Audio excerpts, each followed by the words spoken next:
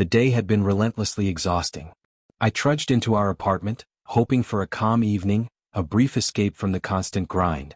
But something felt off the moment I stepped inside. Emily sat on the couch, absorbed in her phone, her face distant, almost unreadable. Lately, it felt like we were living parallel lives rather than sharing one.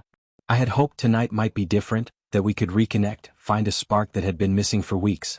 "Hey," I said, forcing a casual tone, "how was your day?" She barely glanced up, muttering, "It was fine," her eyes glued back to the screen. I felt a sharp pang of disappointment, but I tried not to let it show. I grabbed a beer from the fridge and sank into the couch beside her, hoping conversation might come naturally. "I thought maybe we could go out tonight," I suggested, trying to offer a small escape from the monotony. She sighed and finally put her phone down, meeting my gaze, though her expression remained neutral. "I'm not in the mood," she said flatly. Her words cut deeper than I expected. I forced a weak smile.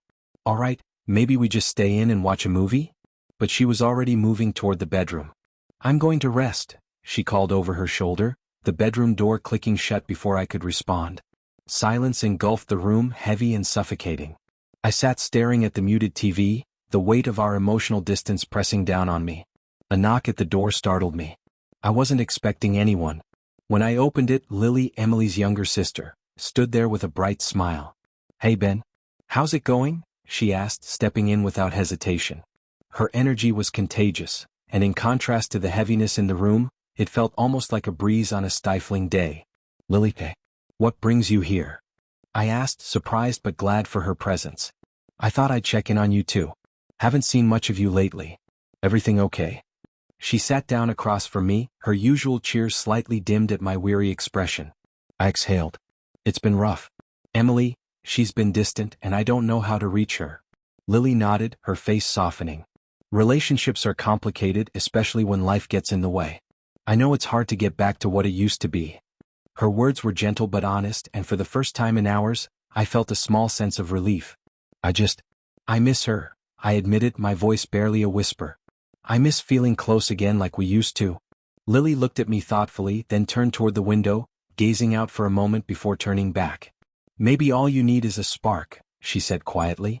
"Something to remind you of what you have, or what you could have." Her tone changed, soft but compelling. "Maybe I can help with that." I froze, confusion and curiosity warring within me. Lily was Emily's sister, the last person I ever imagined would step into this space.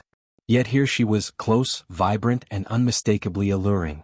"You don't have to wait," she whispered, stepping closer. "If Emily isn't giving you what you need, maybe it's time you consider what you deserve."